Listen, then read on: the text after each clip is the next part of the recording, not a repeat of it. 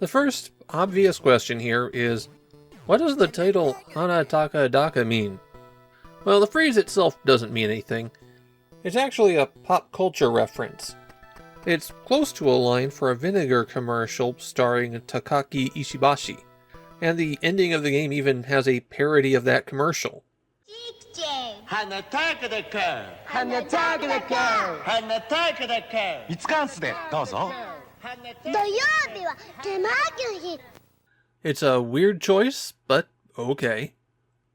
Hana Taaka Daka might be from Taito, but it's not an arcade port. This one is an original PC Engine game.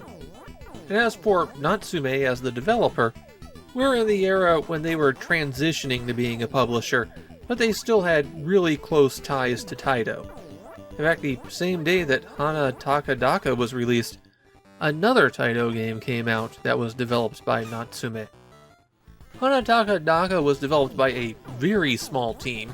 Just 5 people are credited for it, but they had some heavy hitters. The music was by Kinuyo Yamashita, who's probably best known for composing the music for Castlevania, and it was the first published game by Noriyasu Tokuguchi, who would go on to run the Densha to Go franchise. And the rest of the team has a list of beloved cult classics under their belts. Hana Taaka Daka is a shoot-'em-up that leans heavily into Japanese folklore. The plot of the game is that the prankster fox spirit Kon tore a seal off a door to impress his girlfriend Iwata. That was a bad idea because the seal was keeping Zikanda the Tanuki inside, and Zikanda knocks out Kon, abducts Iwata, and now an army of Tanuki are causing chaos across Japan. Kon has to go and beg the Tengu for help, and that's where the game begins. Hana Taaka Daka has 6 stages, and this is one of those situations where it's 6 giant stages. If you're doing well, it takes about 40 minutes to play through the whole game. Of course, it'll take a lot longer than 40 minutes for you to get good enough to beat the game that fast. Hana Taaka Daka has a rather elaborate power-up system. It can actually be difficult to use some of the power-ups because of that. The central feature here is that Tengu are not one-size-fits-all. While you play, you collect a pink scroll to grow, and if you get hit, then you shrink.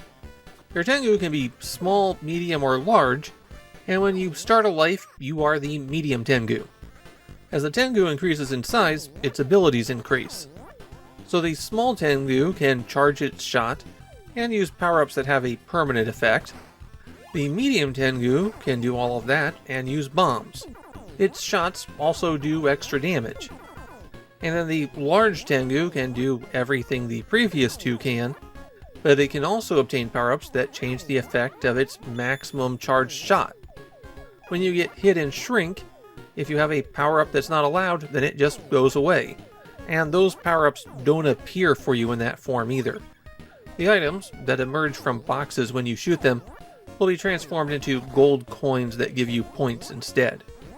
For those permanent power-ups, you've got wings that increase your speed, though never to the point where I felt I was out of control. There's a pair of balls that will circle around the Tengu to protect you, and there are mini Tengu that will follow along behind you and take additional shots. Unlike options in most games, these are vulnerable, so if they get hit by something, then you lose them. There's also a leaf that acts as a bomb, destroying all enemies on the screen. The actual bombs are more complicated. You fire them by pressing button 1, and you get a limited quantity of them. Unless you're really mashing the button, then you probably won't run out of them, and actually in most cases I would recommend really mashing that button. Hana Taaka Daka is one of those games that throws a lot at you, and having bombs to give you some extra protection is useful. Some of the varieties of bombs are ones that just go out in a little arc and explode, and then there are larger ones that bounce around a bit, and the toughest ones to use are the rings that will fire in the opposite direction that you're moving, and then stay in place once they hit a surface, waiting a few seconds before they explode.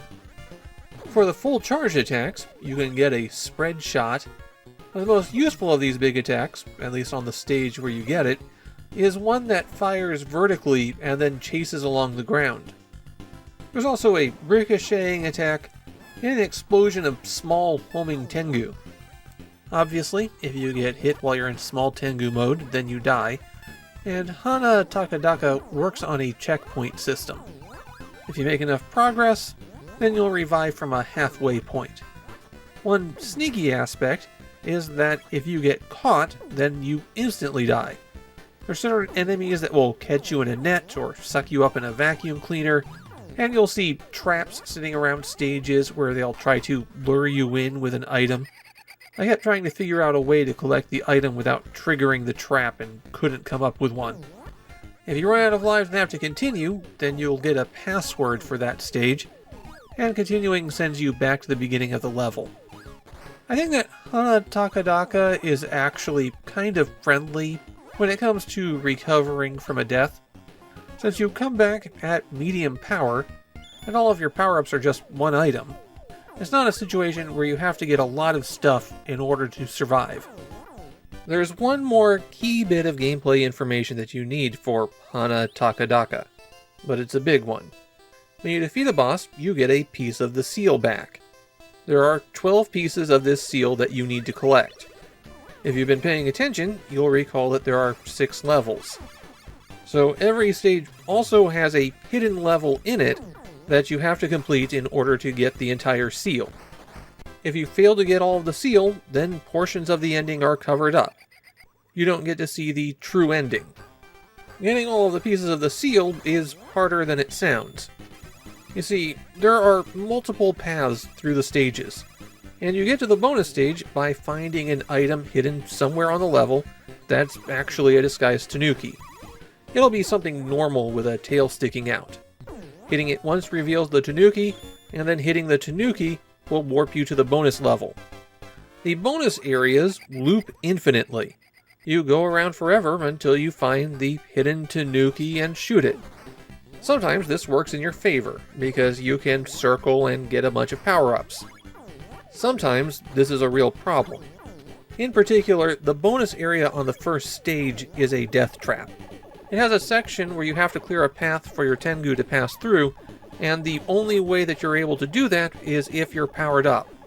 But the power-ups that you need aren't in the bonus stage. So if you die by getting crushed by those walls, you revive in the bonus stage, and then you just get crushed over and over again. I'm glad they put that mess on the first stage, but some of the later bonus stages are nearly as mean.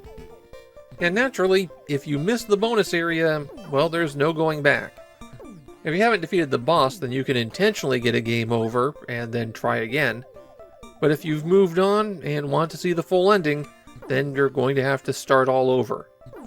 Japanese players seem to be relatively positive on Hana Taaka da Ka. The biggest complaints I noted were all about finding the seals. But people loved the unique theming, the visual style, and the music.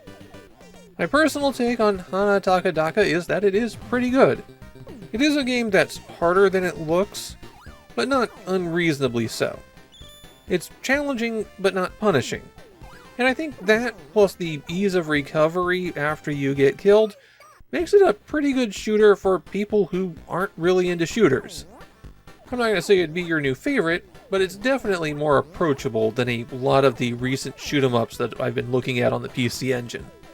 Maybe the best thing I can say about Hana Taaka da Ka is that while editing this video, I started playing more of it just because I was enjoying it so much. This one is a pretty good time.